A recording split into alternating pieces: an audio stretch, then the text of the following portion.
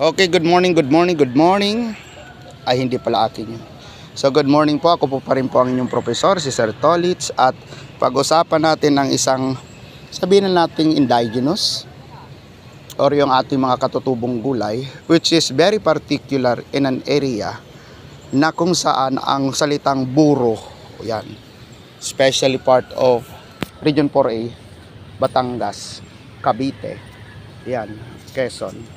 Itong crop na ito ay medyo nawawala na o undying na. Sabi nga naman kabinting niya, hala, ay dati ay kadaming yan. Oh, Batangas. Ay kasarap niyan, buruhin. Yan po ang ating pong mustasa. The flowering mustasa ay isang strain o klase ng mustasa na kung saan namumulaklak siya. Meron itong mababa lang sa Bailen, Indang, part ng Cavite. Napakadami noon sa mga palengke. At pag tag mustasa, dilaw na dilaw ang palengke because of the flower itself. Yan, yung mga bulaklak. Ito po ay strain from Batangas. Medyo malapad yung dahon.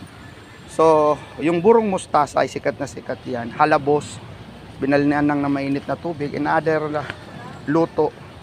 Pero hindi ka na makakita o halos wala na itong mustasang ito. So now we are reviving yung ating mustasa through seed increase. Yan, tingnan mo, pinabubuto siya, pinadadami.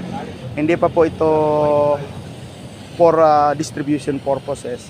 Pinakita lang natin na kailangan natin conserve yung ating pong mga ganitong gulay, which is ito yung tatak ng ating pong pagiging isang sabihin na natin isang makabayan or tatak ng isang pagkakabitenyo, pagkabatangas, dahil dito nagsimula yung ating pong mga ninuno sa kanila pong culture sa pagkain.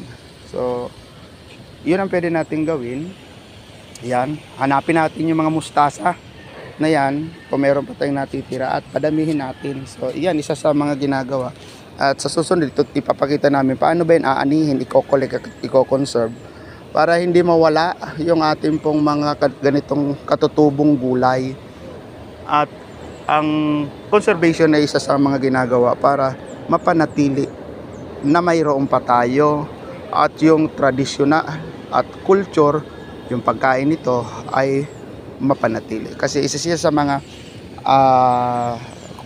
kultura na pwedeng masama sa erosion ng ating pong culture kapag siya ay nawala.